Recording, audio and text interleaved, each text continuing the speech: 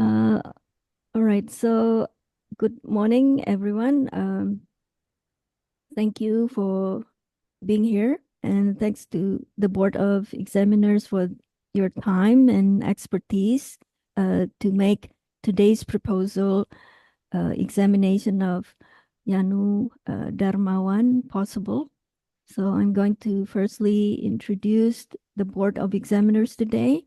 Our Prof. Saiful Akmal as our external examiners, and then Prof. Setiono Sugiarto. Oh, he's not here.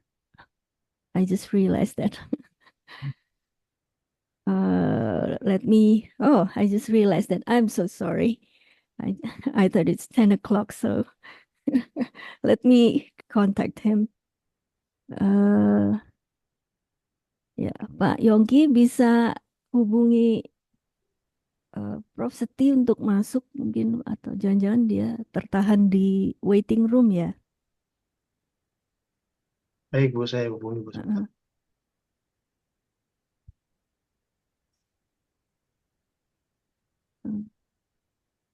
Mana ya Pak Setiono?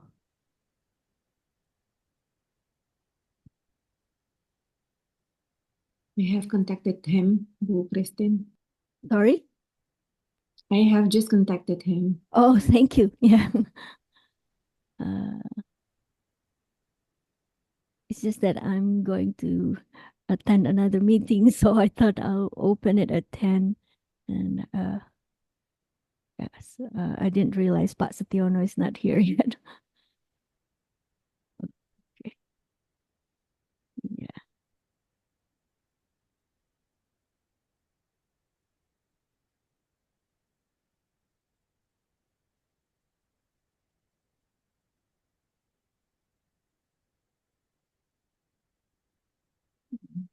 Mm, mm, mm, mm.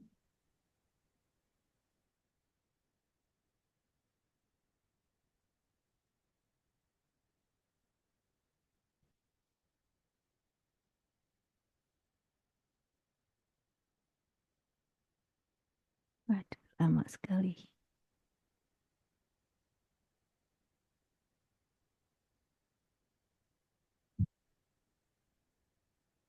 Hmm. Pak Saiful sibuk apa nih, Prof, sekarang? Masih. Ya, saya sekarang di Lembaga Penjaminan Mutu, Ibu. Dulunya memang di Oh, eh, bahasa Inggris ya. ya. Oh, gitu. Ya, ya. Berarti banyak yang harus diaudit ya, Pak ya? Ya, ada Banyak. 53 prodi ya, mungkin dulu. Waduh, Ya, gitu. itu Sama kayak dengan Bu Engli itu, Pak. kayak Bu Engli Prof. itu. Iya, Bu Englia. Di Ya, salam mutu Pak. Prof. ya, salah mutu ya. Kalau di tim mutu tuh nggak ada tanggal merah ya, Bu ya. Ya, Tanggal kurang hitam. lebih. Pak Yongki ini katanya belum di-accept, Prof. Setiono nih. Halo everyone. Oh, ya ini. Halo, Prof. Nah, saya nunggu dari tadi belum di-add nih. Halo, Oh, Prof. Welcome, Prof. Seti. Ya, Okay. silakan. Okay, since everyone is here, is present, so I'm going to start again. Thank you for being here, everyone. I'm going to introduce the Board of Examiners. So the Board of Examiners today consists of Professor Saiful Akmal as our external examiners, and Professor Setiono Sugiarto and Dr. Ana Marieta da Silva as our internal examiners, and Professor Bahren Umar Siregar and Dr. Angliana as the advisors. Now, Yanu, Yes, Bu. please answer the following question with yes or no. Yes. Are you both physically and mentally prepared to defend your dissertation proposal? Physically, yes. Mentally, yes. Thank you. Now, let me start by explaining the procedure to you.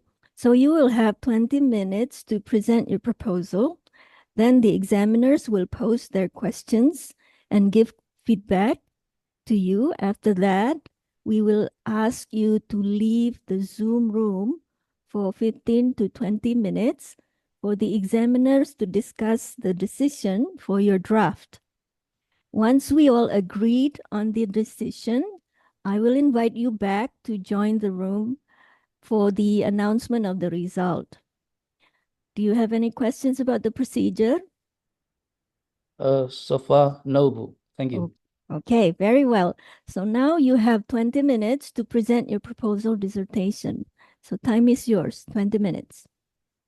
Okay, thank you. Good morning, Bu Christine Manara, Bu Dr. Christine Manara, and then good morning for my promoter, Professor Bahren Umar Siregar, PhD, and then my co-promoter, Dr. Angliana M. Hum, and my examiners, it's the external examiner, Professor Dr. Phil Saiful Akmal, SBDI MA, and then the internal examiners, Professor Dr. Setiono Sugiarto and Dr. Ana Marieta da Silva M. Hum. Today, I would like to present the research proposals about enhancing English vocabulary learning gains, integrating physical actions, gestures, and classroom discourse. So in the key concepts, the bodily engagement in education, it starts from Dewey emphasized the importance of active participations and physical involvement in the learning process. So learning is not just mental activity, but involves the whole body, making educations more dynamic and engaging. And then the importance of physical gestures and motions, movements, integral part to communications and understanding. So incorporating gestures in teaching can enhance comprehensions and retentions of language concepts. And then in the personal experiences and embodied learning, so Dewey here advocated learning through personal experiences and interactions with the environment. So embodied learning connects cognitive processes with physical actions, making learning more meaningful and effective. And then, so it's all based on the concept of semasthetics introduced by Professor Setiono. So semasthetic here is a field that focuses on the body's role in aesthetic experience and the enhancements of bodily awareness. So it aligns with Dewey's philosophy by emphasizing the importance of bodily experiences in learning and personal development. And then in the comprehensive approach to language acquisitions, so it's divided into tactile stimulations, and then cognitive abilities, classroom discourse. So in the tactile stimulations, it involves using physical gestures and movements to enhance learning. And then it engages students' sense of touch. And so, and in the cognitive abilities, it focuses on mental processes involving learning and understanding language. So it enhances memory. And then in the classroom discourse, it emphasizes interactive communications between teachers and students. So it encourages active participations between both. And then the benefits, it enhance English vocabulary acquisitions, so physical gestures and tactile stimulations help in better retentions and recall of vocabulary. Integrations of cultural awareness and social consequences, so it incorporates cultural contexts and social interactions into language learning as a prepare students for real-world communications. And then in the practical applications, the innovative methodologies, the physical activities, so it incorporates gestures and movements to reinforce language concepts. And then Sorry, Pak Yanu, to interrupt you. Yes, Bu. Is your slide still on the introduction, or are you actually already moving to another slide? Still in the introductions, Bu. It's in Oh, the okay, good. applications. All right, thank you. Okay, thank you, Bu. Okay, let me continue. Thank you. In the practical applications, so it's divided into physical activities and then experiences, creating engaging and interactive learning environments, and then multimodal communication. So it's using combinations of multimodal, verbal and non-verbal communications to enhance understanding. And the outcomes here is to improve vocabulary learning gains, so enhance retentions and recall of vocabulary through physical engagements. And then the emphasis on engaging the body. So it promotes active learning by involving the whole body in the educational process. And then the importance of multimodality and embodiment.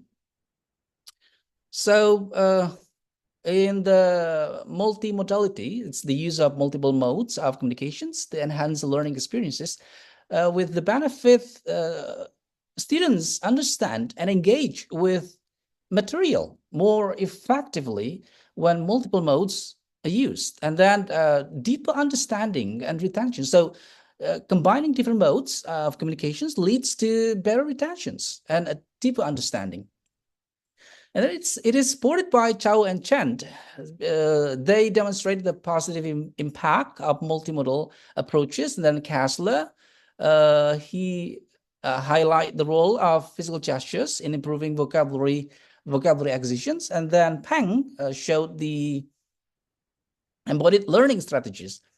And then in the previous studies from Choi and Yi, they utilize graphs, infographics, and enhanced vocabulary to provide visually appealing representations of vocabulary topics. And then Kessler employed interactive boards. And then the auditory multimodality, it's Sidorenko and Guan and also Perez. Sidorenko focus on spoken explanations to help learners grasp meanings, learn correct pronunciations. Then Guan and Perez use music and chanting as mnemonic tools to aid memorizations.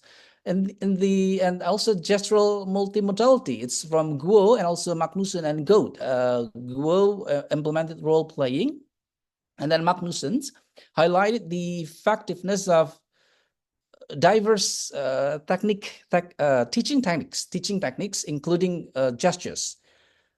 In the practical implementations of in ELL, the challenges is a scarcity of research in high school settings. So limited studies focus on practical implementations of physical techniques for high school students, and then the need for practical applications for physical techniques. So there is a significant gap in research regarding the use of gestures and physical activities. So the studies by Goldin Meadow and Ali Bali highlighted the importance of gestures, and also Muhammad Guntar explored the role of nonverbal communications. The next slide, the second slide, the research gap. The gaps in the study I got in the forms of theoretical gap. It's the study integrates theories from linguistic, psychology, and educations, but may overlook interdisciplinary viewpoints later. So in the empirical gap, focus on the vocabulary acquisitions. So the narrow focus may overlook participants' varying levels of language proficiency. And then in the methodological gap, it's reliance on self-report. So the methods may introduce biases or limitations in capturing the nuanced details of gestures usage and language teaching experience. And then the practical gap, the sample size and participants' characteristics. So the conclusions may be influenced by sample size constraints and participants' characteristics. And then the conceptual gap, defining gestures effectiveness. Challenges in defining the limits of gesture effectiveness. The knowledge gap, so it's in the insufficient exploration. So the study aims to include physical activities, gestures, and classroom interactions to improve vocabulary growth in the English language acquisition. So indicating that this specific topic has not sufficiently been explored. And then in the current state, so theoretical and empirical investigations, the existing studies explore the role of physical gestures in language learning, but incomplete and require further investigations. And then identified gaps, specific impacts of physical gestures on vocabulary acquisition. So there's a need for comprehensive analysis and then explore role of physical gestures in enhancing ELL. So inform pedagogical practices and policy responses. And the significance here, developing strategies. So tailor instructional strategies for diverse learners here means that developing strategies to the diverse need for learners. And then enhance verbal proficiency. So it incorporates physical gestures. So it can significantly boost students' verbal proficiency and overall learning experiences. And for that, I have two research questions. The first one is, how do teachers' gestures and speech affect language learning, especially among students with diverse linguistic backgrounds? So the points here is that the teacher gestures, how physical gestures by teachers can enhance comprehensions and engagements, and then also speech coordinations, the impact of combining gestures with verbal instructions, and then diverse linguistic backgrounds, because senior high school students has different background, diverse linguistic backgrounds. So it's tailoring gestures to meet the needs of students for various linguistic backgrounds. And then the next one is, how do gestures facilitate English vocabulary acquisitions and impact verbal proficiency and thought patterns? The point here is that the facilitations of vocabulary acquisitions, so the role of gestures in helping students understand and remember the words, new words especially, and then impact of verbal proficiency, how gestures can improve students' speaking skills and overall language proficiency, and the influence of thought patterns. So I get it from the book as well. The effect of physical gestures on cognitive processes related to language learning.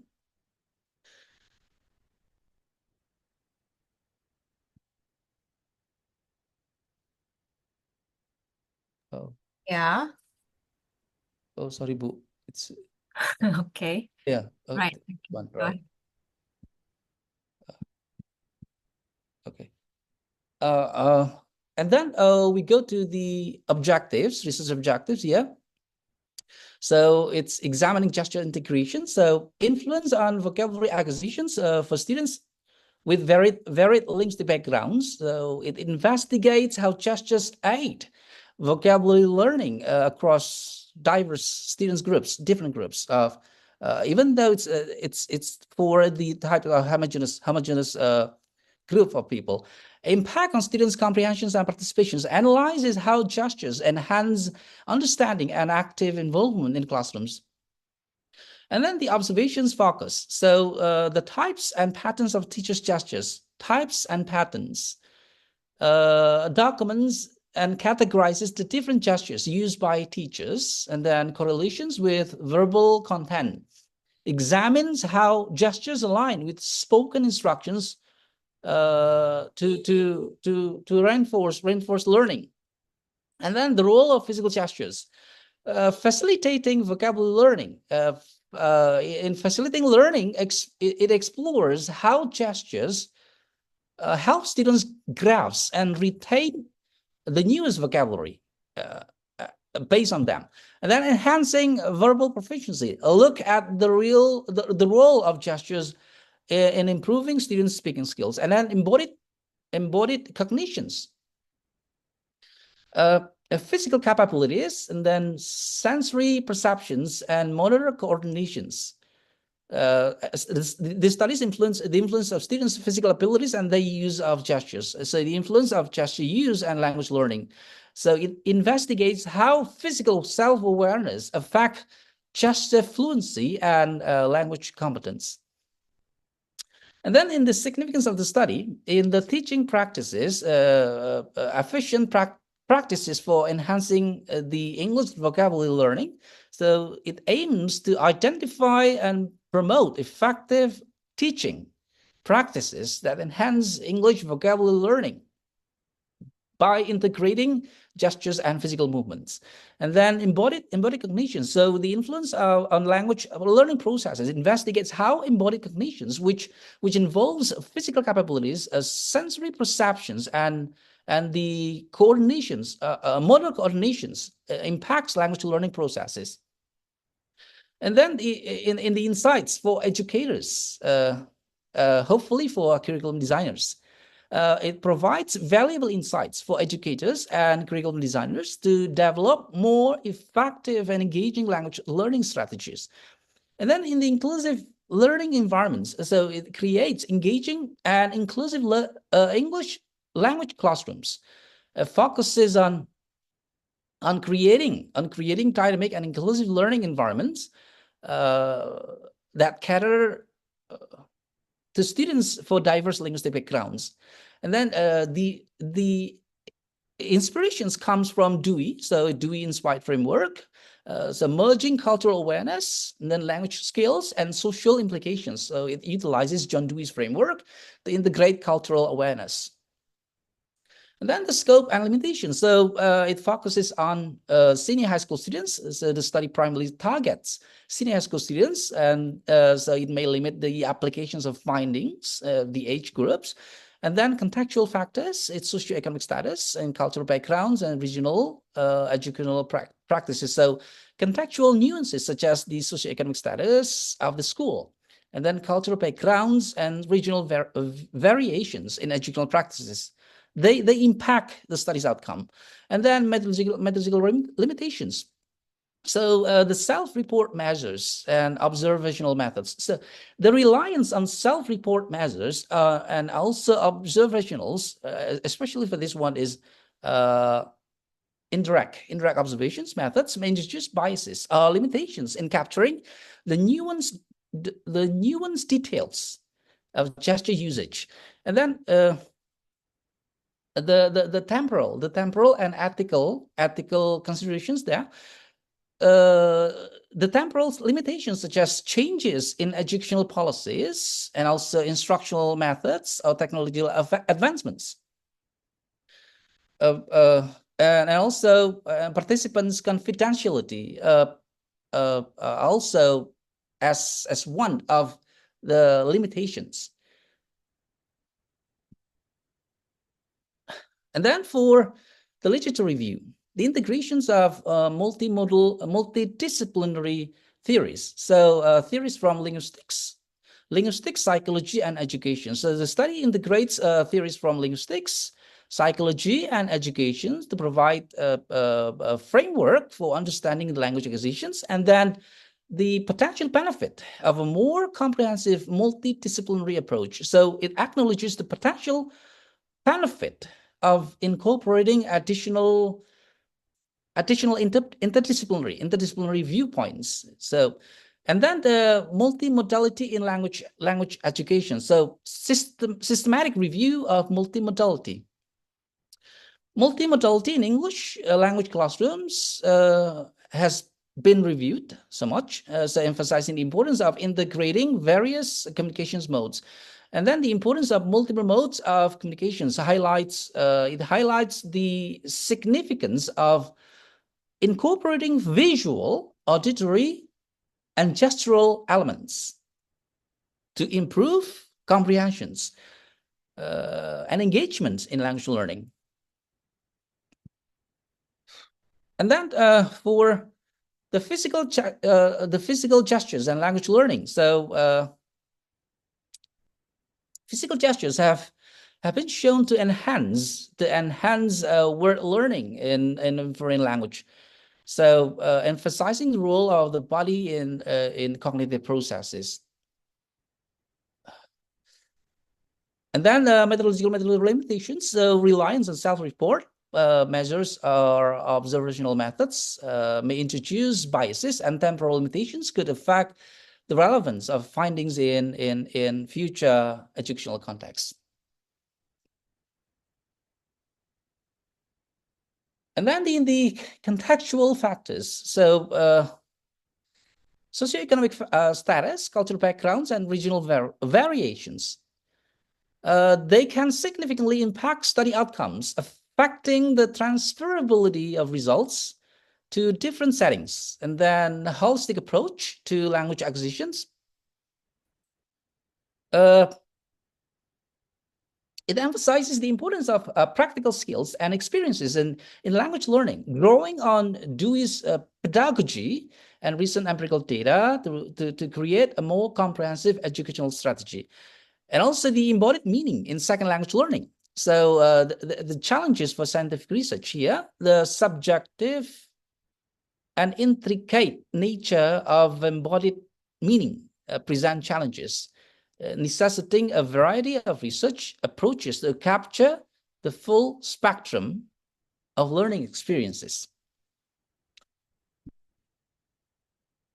And then I add this localizations and characterizations. In the localizations, it's a narrow focus on English vocabulary acquisitions. The study's narrow focus on English vocabulary acquisitions may inadvertently overlook participants' varying levels of language proficiency, and then specific contexts of data collections and analysis methods. And the specific context of the study's data collections and analysis methods may impact the accuracy and reliability of the conclusions. And then the characterizations, varying levels of language proficiency. So understanding how varying levels of language proficiency among participants impact the effectiveness of physical gestures in language acquisitions and the methodological limitations inherent in data collections and analysis procedures, such as reliance on self-report measures or observational methods. They may introduce biases.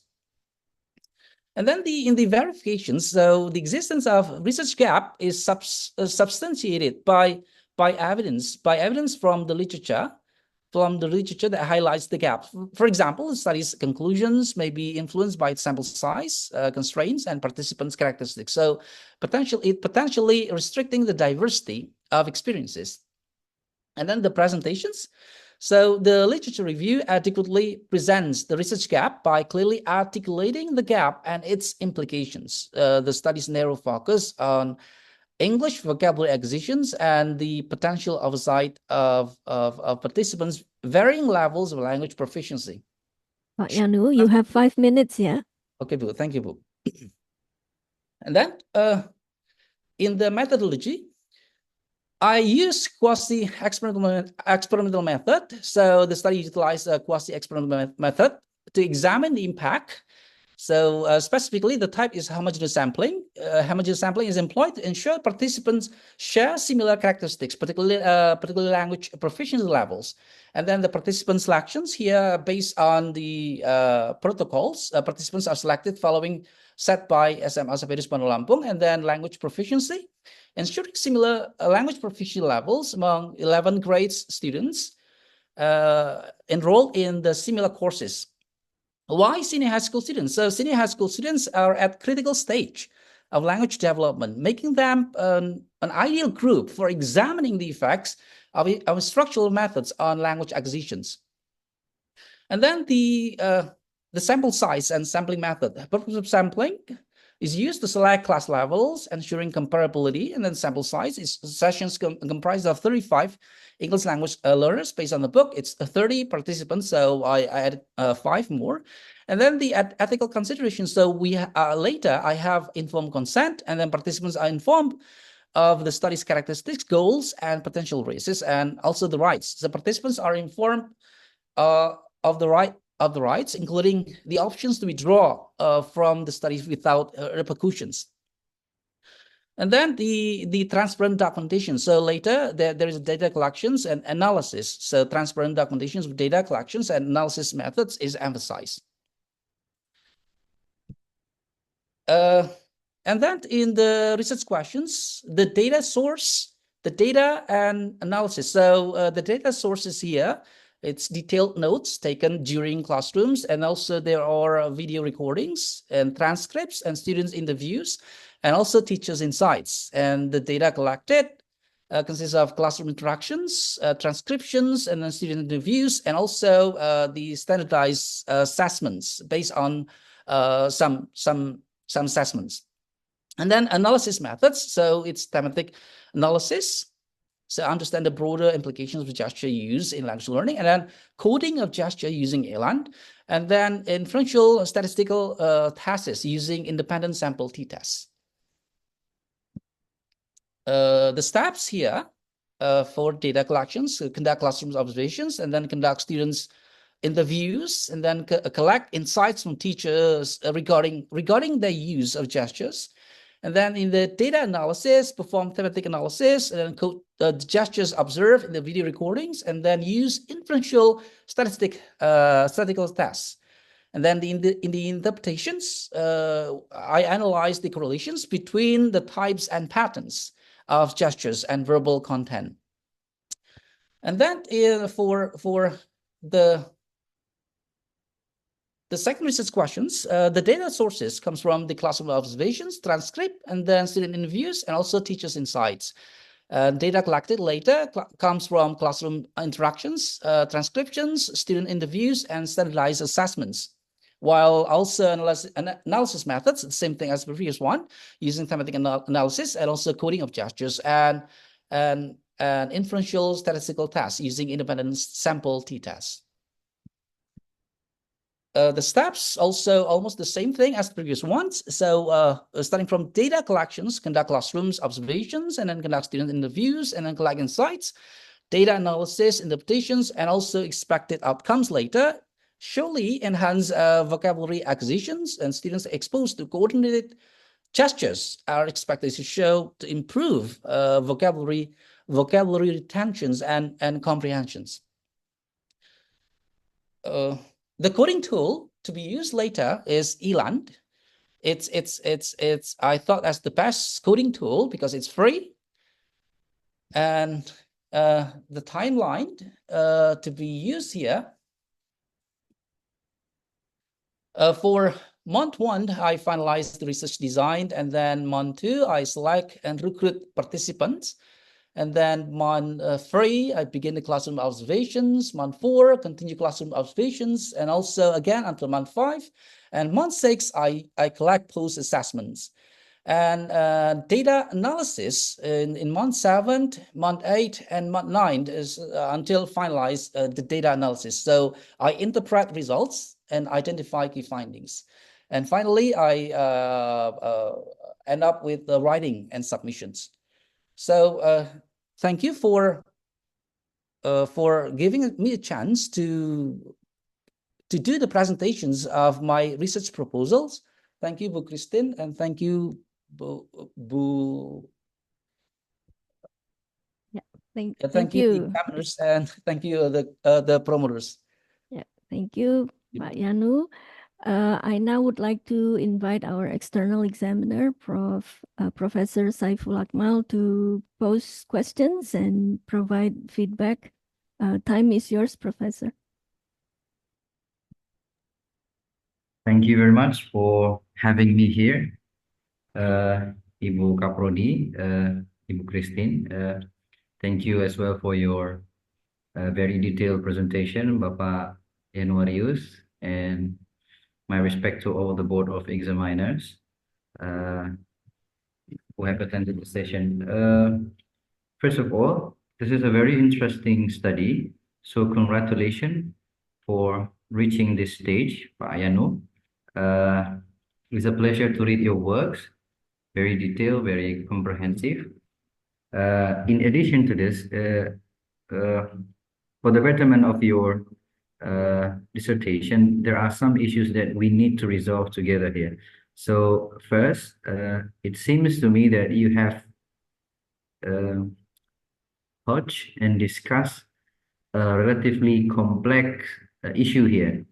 So my first question and curiosity stems from the issue that you are doing multidisciplinary for modality language education. So in that sense, what was your reasons for let me check. Yeah, what was your reason for putting together in one frame the renowned philosophers from, ranging from Michael Foucault up to John Dewey? Uh, because sometimes it looks for me, and maybe for readers, that this is rather complex, but can you simplify this and elaborate this in a much more structured way? So the thing that you want to see. Okay, thank you. Yeah. Can I answer the questions or okay? Yeah, Okay, yeah. uh, Oh, even Bu Christy, is that fine? Yes, yes. That's fine. Yeah, go ahead, Pak Yanu. Okay, thank you, Bu Christine. Thank you, Professor Akmal. So, firstly, yes, I put all the philosophers. It's all based on the recommendations of Professor Stiono. But then it was realized that it should be only one from those philosophers. It's from Yes. the book of System Aesthetic. So I chose one, and I have revised the introductions. So I chose one. It's from John Dewey. So because the closest one is John Dewey. In the reasons for integrating philosophers like John Dewey here is in English language learning, ELL. It is changed into ELL because they specifically learn English for those students to provide a comprehensive theoretical foundation. So I have the foundations before I use the multimodality and also embodiment. So the theoretical foundations here emphasizes the interconnectedness of cultural consciousness, linguistic proficiency, and social ramifications. So Dewey's pragmatic approaches highlight the role of physical gestures and bodily engagement in enhancing the language acquisitions, the experience of enhancing language acquisitions. So particularly in settings where English is taught in EFL, but in this case, I use based on the recommendations of promoters, Professor Bahrain and also Bu Angliana, I use ELL, not EFL. So by incorporating Dewey's approach here, the studies aims to explore the physical knowledge, such as gestures, so it can significantly impact the outcomes, social outcomes, so cultural awareness and dynamic relationships between physical movements and language acquisitions. Okay. That's it, Yep. Prof. Thank you. Thank you. Thank you. It's very interesting because you combine gestures. What else? Physical experience. Movements, yes. Movements, yeah. And whether you put strong emphasis from these three, whether you put a certain emphasis on amongst these three language experiences, the physical and the gesture, and what was the other thing? One more. Classroom discourse. Yeah, classroom discourse. And do you put a particular emphasis on one of the three aspects that you would like to see, that you had seen already? Put emphasis means that I only think about one out of three, or more on one than those two others, Prof. Yes, you did the observation. So Yeah. In your observation, because you are lacking the time to explain your results, Yeah. you was very enthusiastic about the introduction. I'm curious if you have revised the part and you did in the introduction section, but I would like to know more. Should you, for example, from your observations, your findings, did show you and display you something that among these three aspects that you observe, did you see any particular emphasis of one of the three things you listed earlier? A particular emphasis, of course, on gestures, physical movements. Yes, can you elaborate more, for example? Because this is one of the most challenging part of observing gestures. Yeah, it could vary from one person to another person, and so to say. So, in brief, can you elaborate more on the gestures?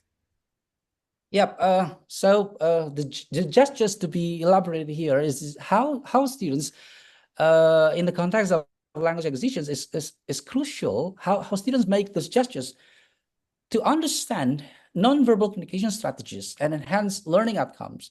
So the key points in observing gestures here is gestures account for the portions of non-verbal communications, making up let's say more than 60% of such interactions in intercultural classroom settings, because I have taught senior high school students for about 13 years, starting from 2001 until 2013. So I directly understood how they had problems in terms of speaking the language, especially when those students do not participate in other courses instead of in the classrooms. So they are essential for substituting and elaborating verbal messages, thereby enhancing understanding and engagement. And then I use later in direct non-participant observations because I do not want to interrupt or influence the setting, ensuring the integrity of and consistency of the study using gestures. So I use video recordings utilizing multiple cameras in the classrooms. So it provides a comprehensive view of interactions.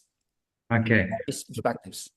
Yeah. So you basically did the indirect observation. You put cameras on the class. Yes. Prof. Okay.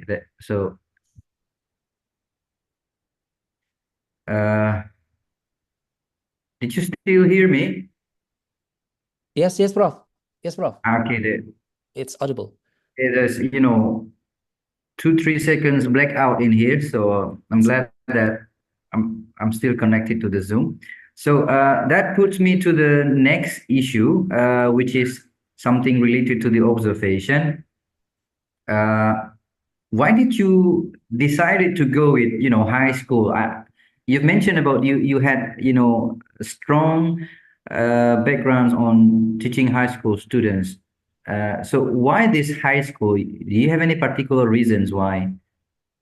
Okay, thank you, Prof.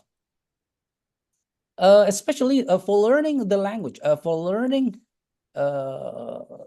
foreign language, they are at age for about 15, 16 to 17. So it's difficult for them to understand newest, probably it's not newest, but the different vocabularies outside of their own language. Because as I have read some topics a long time ago, so I need drilling just to make the students outside the age of 12 to learn foreign language. So in that case, so in the case of senior high school students here,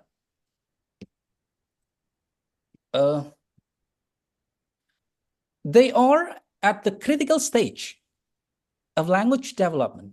So senior high school students are at crucial period in their language and communication growth, because they have the chance to go to the higher educations or to go to workforce.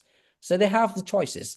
So this age group is typically associated with the significant efforts in English language acquisitions, so aligning with the studying objectives. And then the consistency in learning conditions. By selecting senior high school students, the study ensures that participants are at similar educational level. So it helps maintaining the consistent learning conditions. So Okay. this consistency is crucial. Okay, Prof. Right. Yeah. Thank you. So you said something about purposive sampling. Yeah, right. So let me check. So you have elaborated why senior high school and not junior high school or elementary school instead? Because when you say it's gesture, does it really? I know it's happened at any stage. We all know that at any stage of learning new languages, it could happen at any of this, either basic, elementary, and junior. Yeah. But how diverse? You also said something about the diversity of the linguistic backgrounds. Yeah, but on one hand, you also say that this is the consistency of language learning conditions at the high school.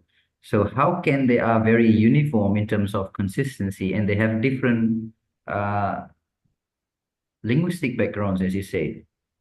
In what way this linguistic background diverse from one student to another from your observation? So, okay, thank you, Prof. So from diverse linguistic backgrounds here means that the study acknowledges the diverse linguistic and cultural backgrounds of senior high school students because they come from different different backgrounds and they have different outcomes. So it aims to obtain a representative sample that could provide insights into how physical gestures influence language acquisitions across different linguistic groups. So the cultural and linguistic diversity here encourage me to understand how should make them get let's say almost similar capabilities in terms of different input. That's it, bro. Okay, different input, but we are curious. I'm still curious about the diversity of the language and the diversity of the language inputs they have because they are in the same high school. If I understood you very correctly, the issue here are first, you said from the different language input. Have you did something? I don't know. Maybe because you're doing qualitative study, you're not doing the like the pre-test or something. Did you measure the diversity backgrounds? I was wondering how to understand more about the diversity of language background. If you say language input, for example, what aspect of language input? If you say language proficiency, did you probably measure their speaking ability in advance, beforehand? Or when you say language diversity, in a sense that some of them are having extracurricular classes, some of them are coming from different, like, don't know, religious boarding school or maybe state schools, excellent schools, which have special classes with strong emphasis on language in particular. So which of these linguistic backgrounds you are claiming, for example? Okay, Prof. Thank you, Prof. Mhm. As in my experience, also the same thing happened today. Still, they come from different family backgrounds. Means that they never share the similar knowledge of the language. Sometimes, like for instance, one student has extra course outside the schools, and most of them do not use that time for doing their capability in understanding more or better in English, and also about the not only about the courses, but also about the attitude of students themselves. They realize that technology really bring them into somewhat like something that they do not have to talk, they do not have to speak, They just have to scroll and they can understand the context. Well, in this case, a long time ago when I was there, it's not that much, but now it's that's what happened. So, in my opinion, in terms of how the case comes to an end here is that how to make the students still keep on creating, speaking, but using the recent technology that they have, just to help them in terms of they have different backgrounds. Okay. Okay, Prof. Well, okay. One last thing from me. Right. So what does the terms, if I'm not mistaken, I cited a term proficiency in your study. What Yes. does proficiency here means, at least in your operational context? Okay. Proficiency here means that the students' different scores, Okay. different understanding in English. So I did a Google form and also let's say a chat with the teachers there. So the proficiency refers to verbal proficiency and thought patterns, particularly in the context of English acquisitions. So it's not just about the vocabulary mastery, but the ability to use the language effectively and fluently, of course, in the communication. So the study aims to explore these gestures and movements to facilitate the acquisitions. That's it. Okay. So the proficiency here means that the verbal proficiency and also the thought patterns. Okay. So did you categorize the proficiency that you have said? So for example, in criteria you have, different test scores, like, you grading them like high, low, medium, or something. Oh, yes, Prof. Yes. I hope that you can elaborate and also explain that in your revised version of your dissertation. Okay. Thank you, Prof. Okay. That puts me at the end of my part here. Thank you very much, Ibu Christine and Pak Yanu. All the best. Yeah. Thank you, Prof. Saiful, for the questions and feedback. Now I would like to invite our internal examiner, Prof. Stiono Sugiarto, to pose his questions and provide feedback. Yeah, time is yours, Prof. Okay, thank you, Ibu Christine Manara. Now, Danu, let me congratulate you, Pak Yanu. Thank you, Prof. Finally, you can defend your proposal in this defense proposal session. Yes, Prof.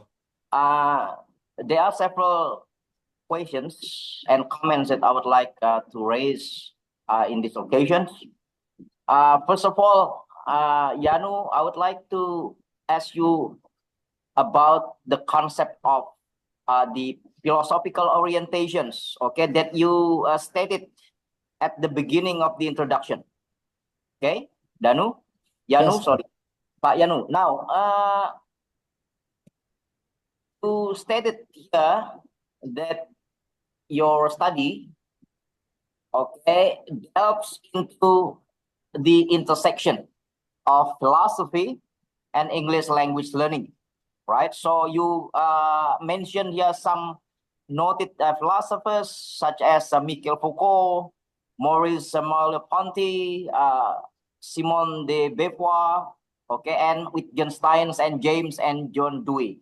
Now, I wonder if you can help us explain what is meant by the intersection between this philosophy and English language learning, particularly second language acquisition, because I don't see any explanation at all throughout your proposal here, Pak Yanu. Okay, thank you, Prof. So actually, I sent two drafts to Pak Yongki. So the earliest one is somewhat having those kinds of philosophies, while the revised one before I said that Pak Yongki, this is my last proposals. Okay, was just only about Dewey. So I concerns only about Dewey because I from those philosophers, Dewey is the most or the closest. So the intersections in the context of this study is the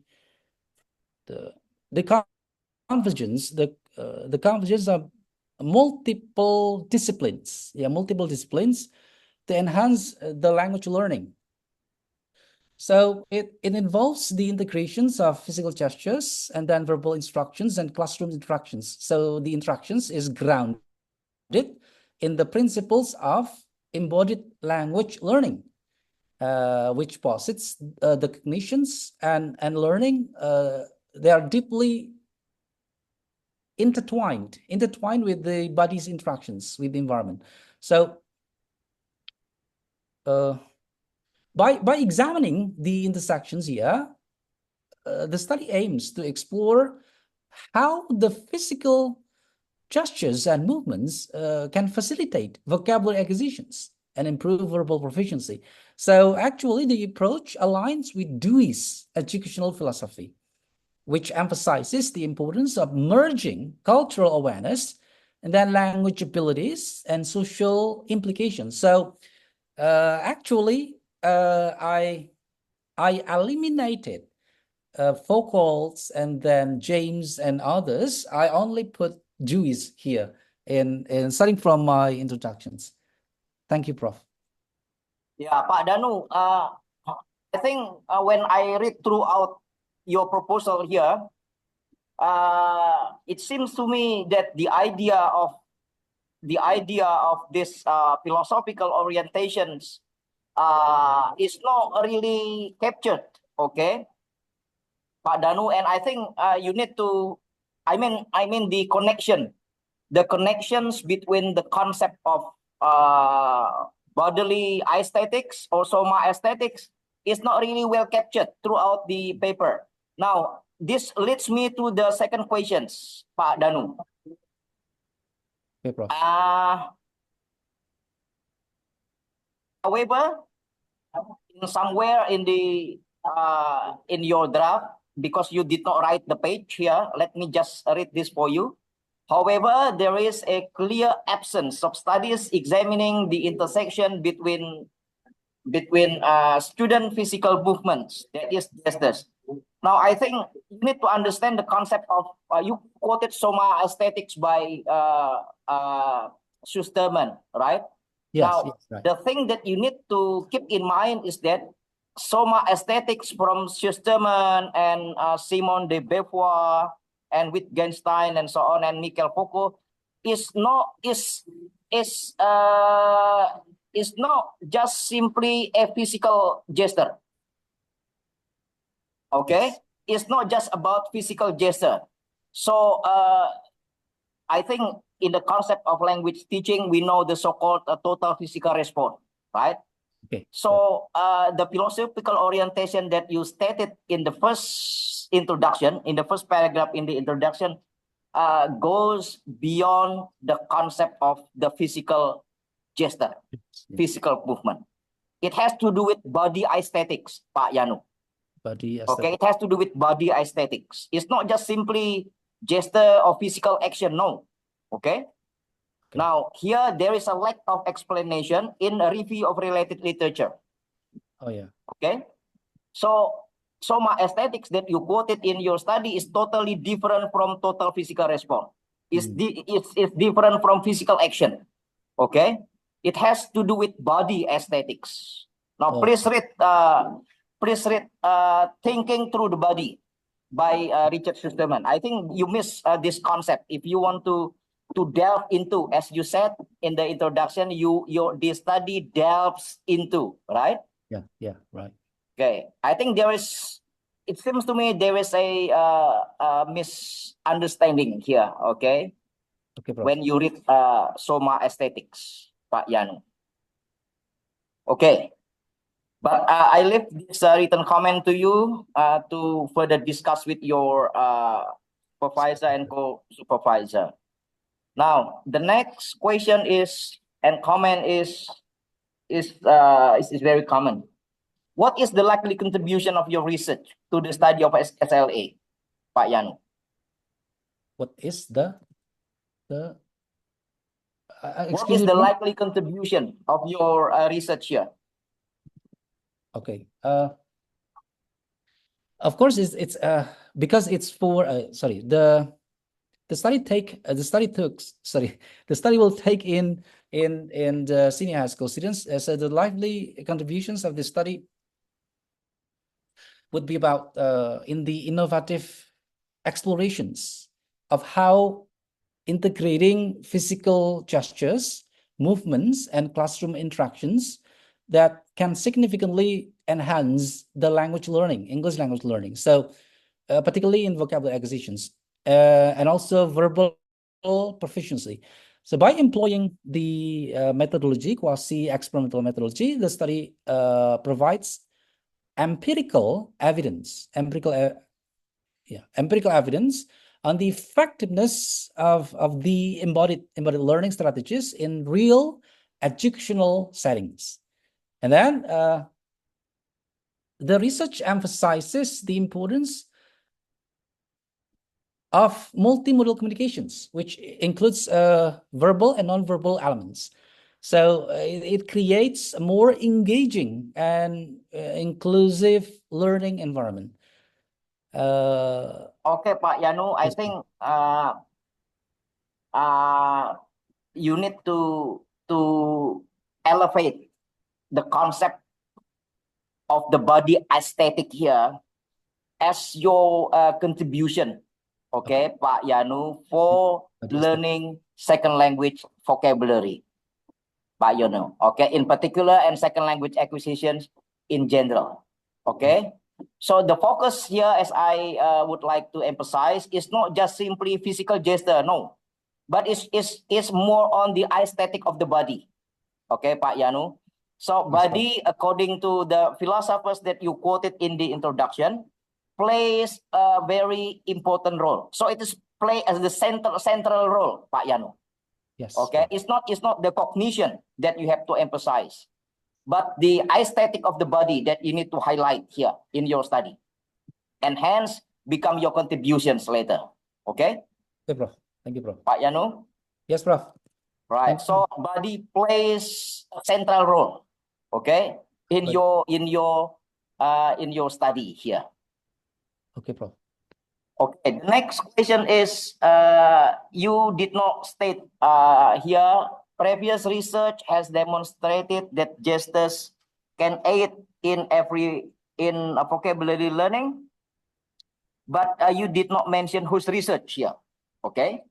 So I think you need to provide some of the examples of the previous studies to inform the readers, okay, that in fact previous studies have been conducted on similar topic. Okay. Okay, Prof. I will leave the written comment to you, and then the next is now in the significance of your study. This study will offer valuable perspectives on optimizing instructional strategies. Now, I wonder, what do you mean by optimizing instructional strategies here, Pak Yanu? What's wrong with the previous learning, so that when you elevate the concept of multimodality, including body, then the instructional strategies can be optimized.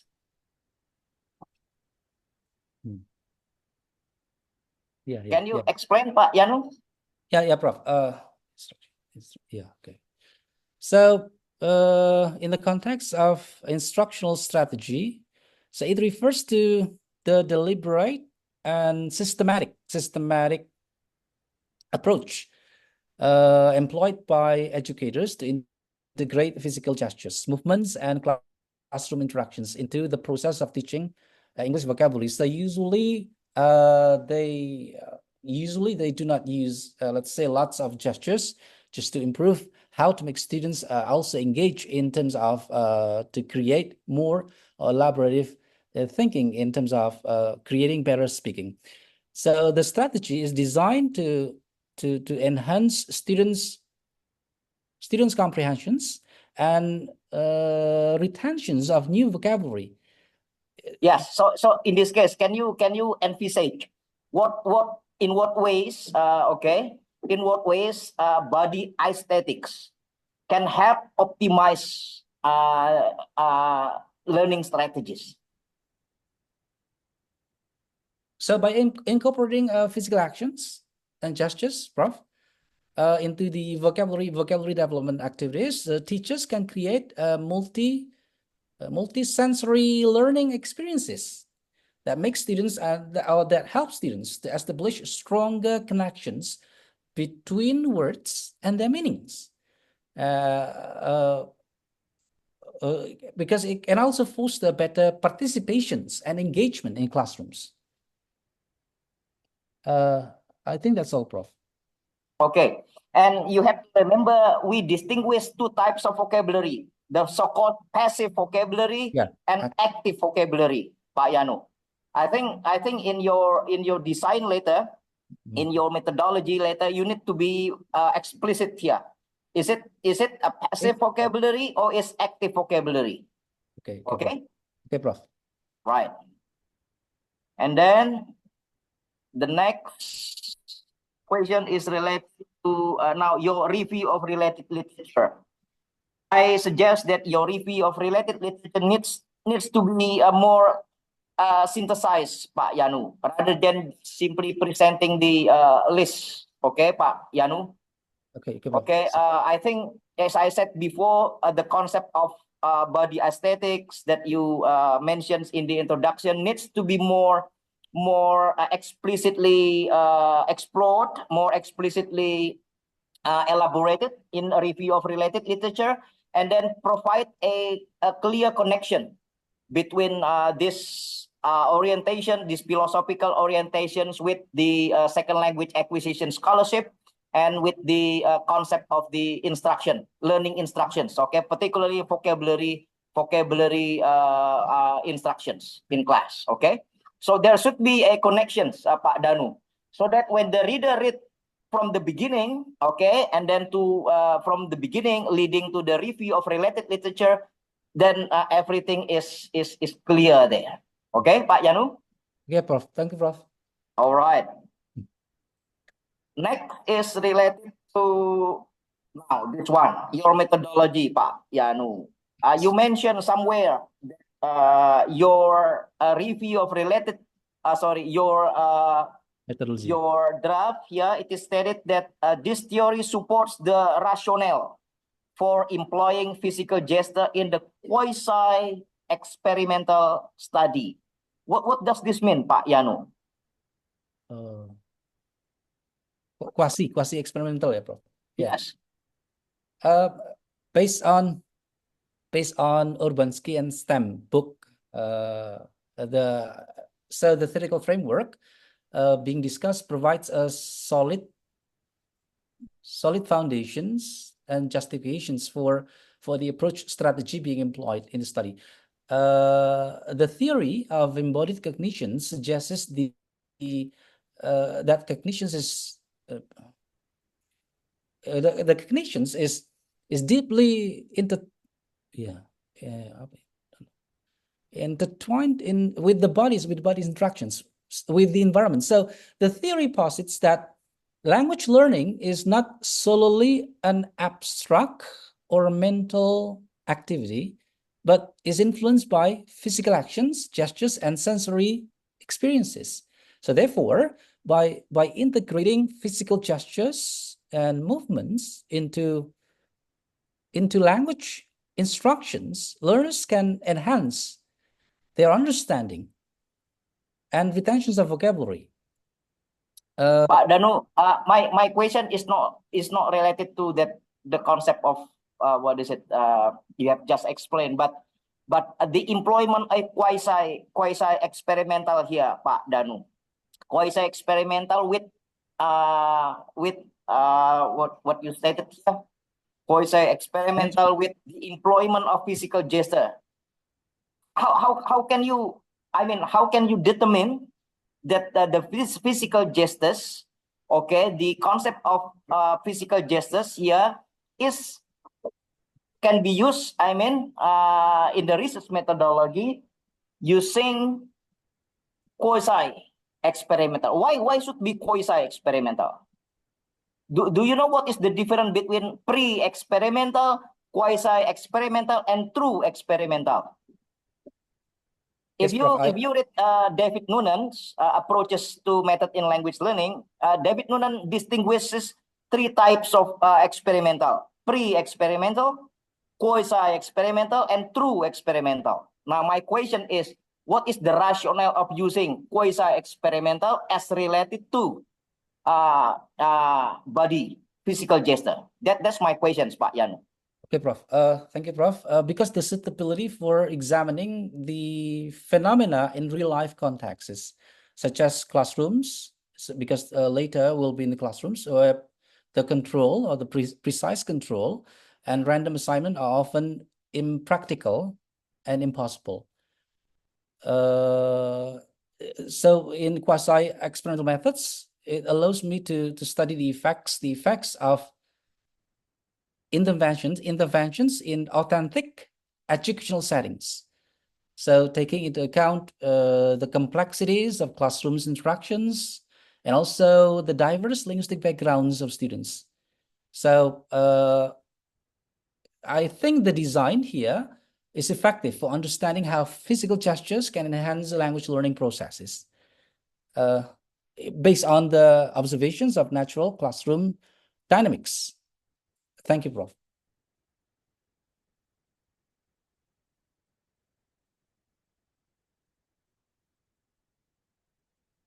Okay, thank you, Yanu. I think you need to provide clear and explicit connections, okay, between these two important keywords, okay, physical movement and quasi-experimental in your methodology. I still have several questions that I leave it to Pak Yongki and Ibu Christine later to be given to you, Pak Yanwar. Ibu Christine, I'm afraid now I asked a lot of questions. Bu Christine, now I think I'm done. Yeah. Back to Okay. you, Bu Christine. Thank you. Yeah. Thank you, Thank Prof. you, Prof. Sati. Now we'll move on to the second internal examiner, Dr. Ana Marieta da Silva. Time is yours. Thank you, Dr. Kristen. Pak Yanwar, congratulations that now you are in the stage of presenting your proposal, and I really appreciate the readings that you have presented in your draft, Yanu. Yes, Bu. Okay. Yeah, some of my concern and comments have been raised by Professor Akmal and Professor Stiono. I will add some more points, but I have typed the details on my comment sheet and on your draft. But I don't know which draft this one. Perhaps this was the old draft, as you mentioned. Yes. Yes. It has no page number. Oh, yeah. Okay. Perhaps continuing from Prof. Akmal and Prof. Stiono, I have some concern related to the theoretical framework, Payano. Yes. So you started from. I thought you would start your explanation by discussing Dewey's pragmatic approach, but instead you presented research, previous studies from two groups of researchers, right? And then you continued with multimodality. Yes. But in your draft, I could not find. I I couldn't see that you cited or you used Dewey's original work. Yeah, you use Shatterman, yeah, but I suppose that because you would like you plan to frame your work using Dewey's pragmatism, so I think you need to read his original work, right? Yeah. As well as, of course, others' interpretation, other scholars' interpretation, and those who follow Dewey. So that you can also include your own interpretation, your review on Dewey's work. Right. What do you think, Payano? Yes, Bu. Right. So, I just paraphrase from the Schusterman book, by Professor Stiono. But then I didn't look for the original work of Dewey's. Right. Mhm. Okay. I think that's very suggestive, and I will find more about the let's say the first work of Dewey's Mhm. relating with this physical gestures and until classroom discourse. Yeah, and that will be related to multimodality. Yeah, So right. that when I read multimodality, I thought I would also read Jewett's work. At least you cited some of Dewey's work on multimodality or multimodality and English language learning, but I couldn't find his work. And didn't you From think of Schusterman. Jewett's work, because you include multimodality? Perhaps you could also read the work of Jewett, Yeah, Jewett. because you plan to use multimodality. Yeah, right. Okay. Yes, yeah. All right. Because I think reading the original work of Dewey and his followers is very important, because these grand theory then will dictate your data collection and analysis procedure later, Payano. Oh, Right. okay, Prof. Then let me move to, because Prof. Stiono has raised about the literature review, let me move to research methods. So you plan to collect data from one school, which Yes. is SMA Xaverius Bandar Lampung, right? And then you also wrote that you would use purposive sampling. Purposive sampling. Purposive sampling. But please help me understand this, because I have a strong impression that it's not purposive. It may not be purposive sampling, but instead, I don't know whether it's a convenient sampling or a case study, because you only focus on one high school and on one grade, that is grade 11. Would you please clarify this? I mean, is it because you a teacher there, or you have a long relationship or previous working experience there as a teacher? Yes. Previously, I worked there for about 13 years. And so I have, let's say, good relationship with teachers there. But actually, I resigned. I got resigned from that place in 2013. So I do not know students. Some teachers also I cannot realize again, because they're new. Some of them are new.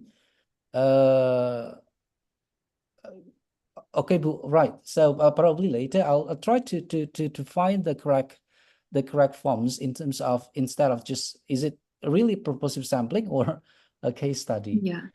Yes. All right. Yeah. Thank you for your clarification. And then, still in relation to the sampling, in chapter 3, you also mentioned that you plan to do an experimental study, and you plan to have these 11th grade students divided into two groups, right?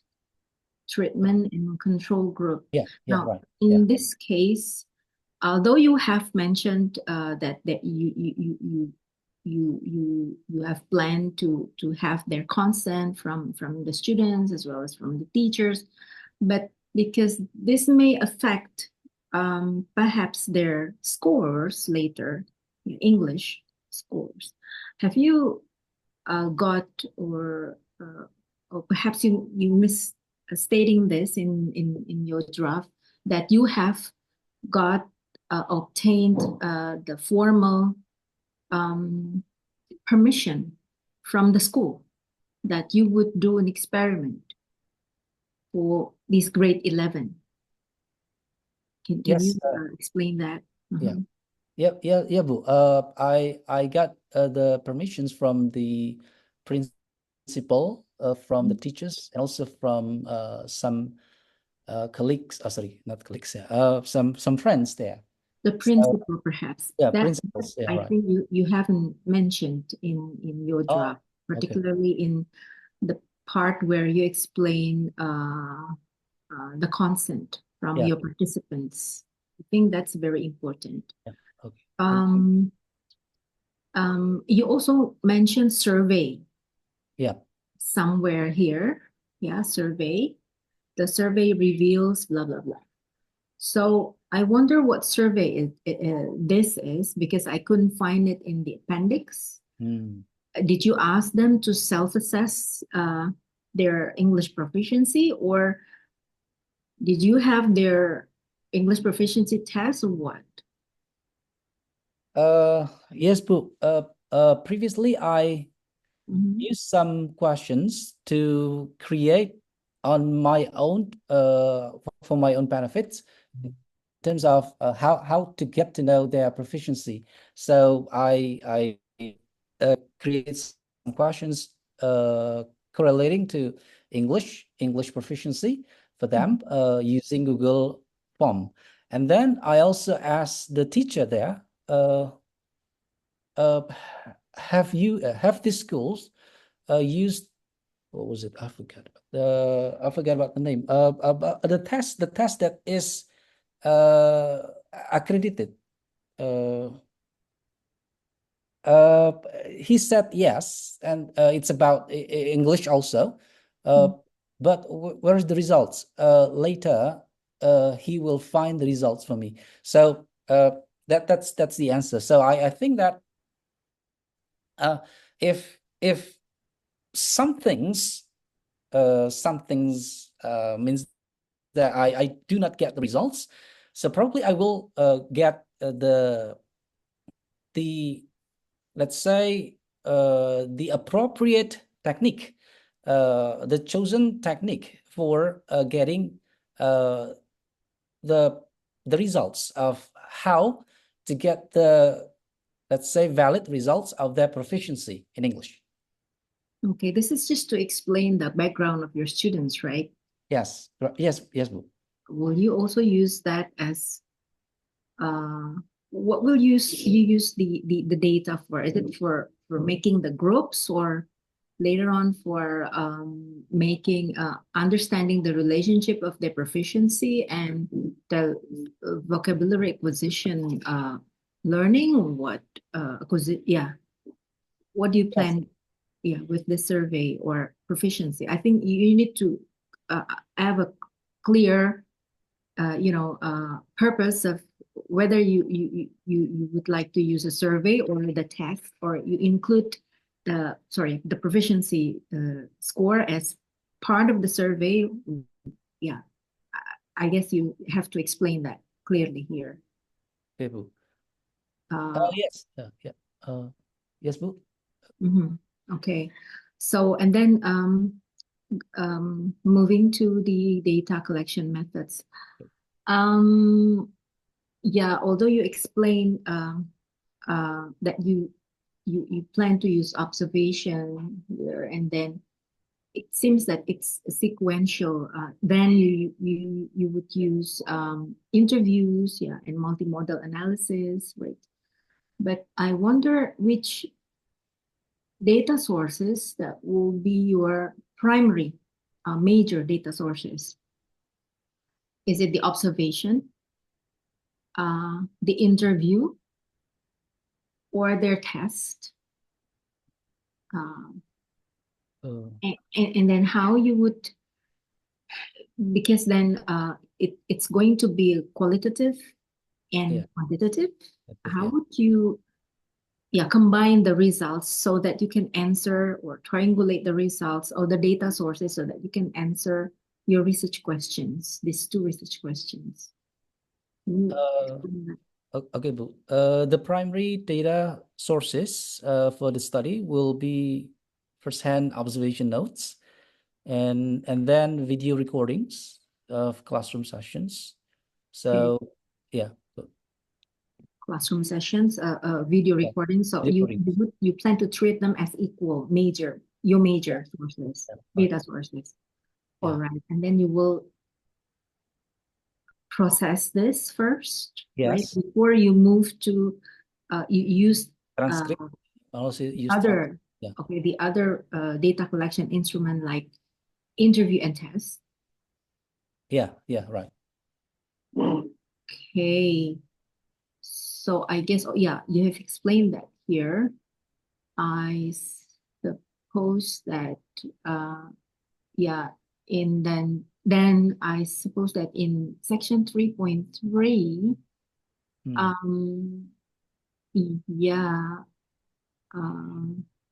you have also explained in general the sequence of analyzing your data sources, research data, I mean.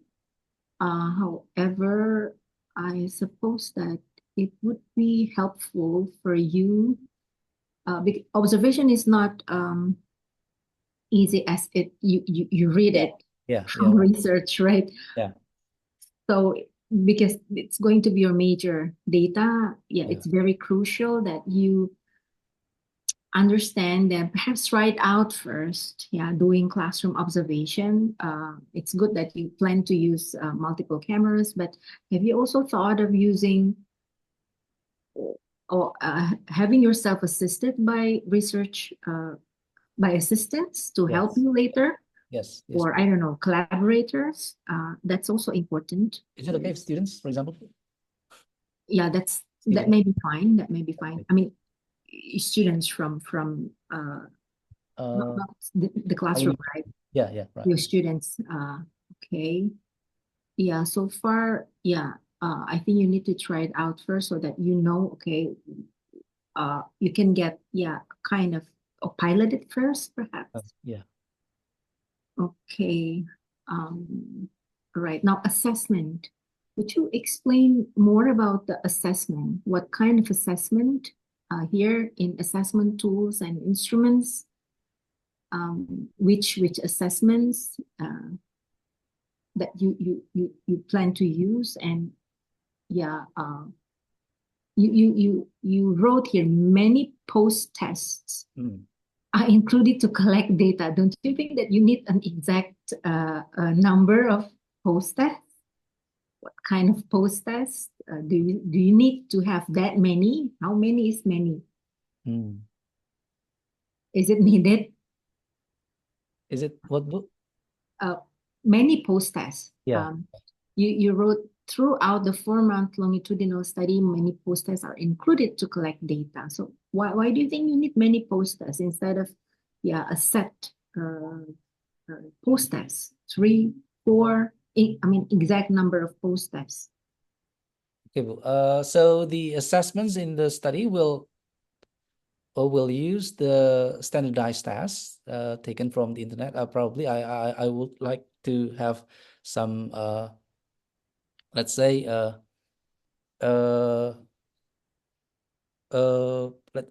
probably it's not wholly a copy paste from the internet for the assessments, but the tests specifically designed for the use of the courses. So the tests will serve post-assessment instruments to collect data throughout the 4-month study. So that's why So it needs somehow like more than one post-thesis.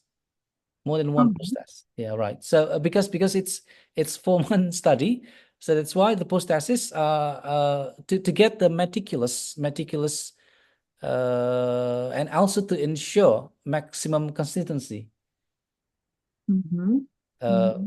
including the diverse techniques, also presentations, and also to furnish a written narrative, Mhm. Mhm.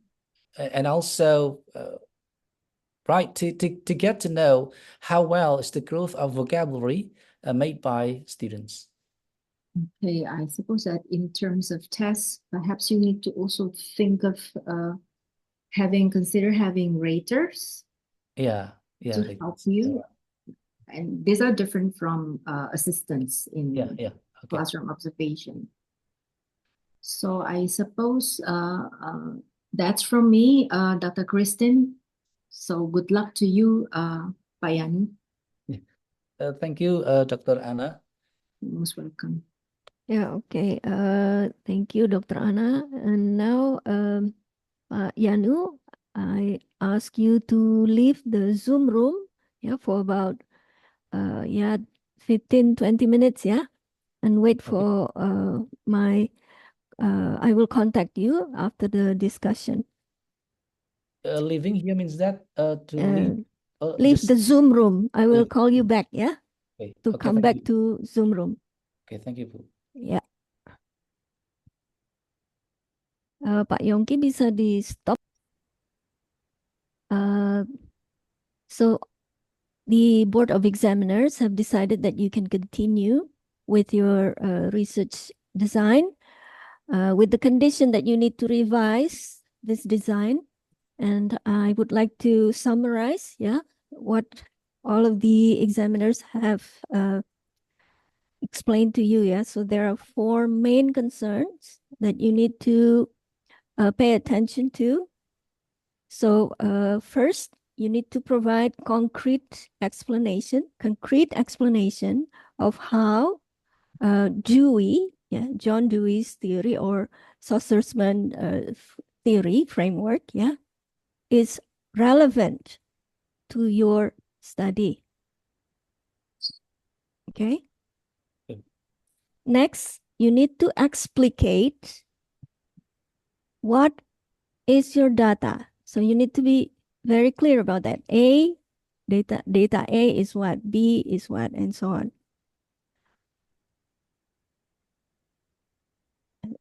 Okay.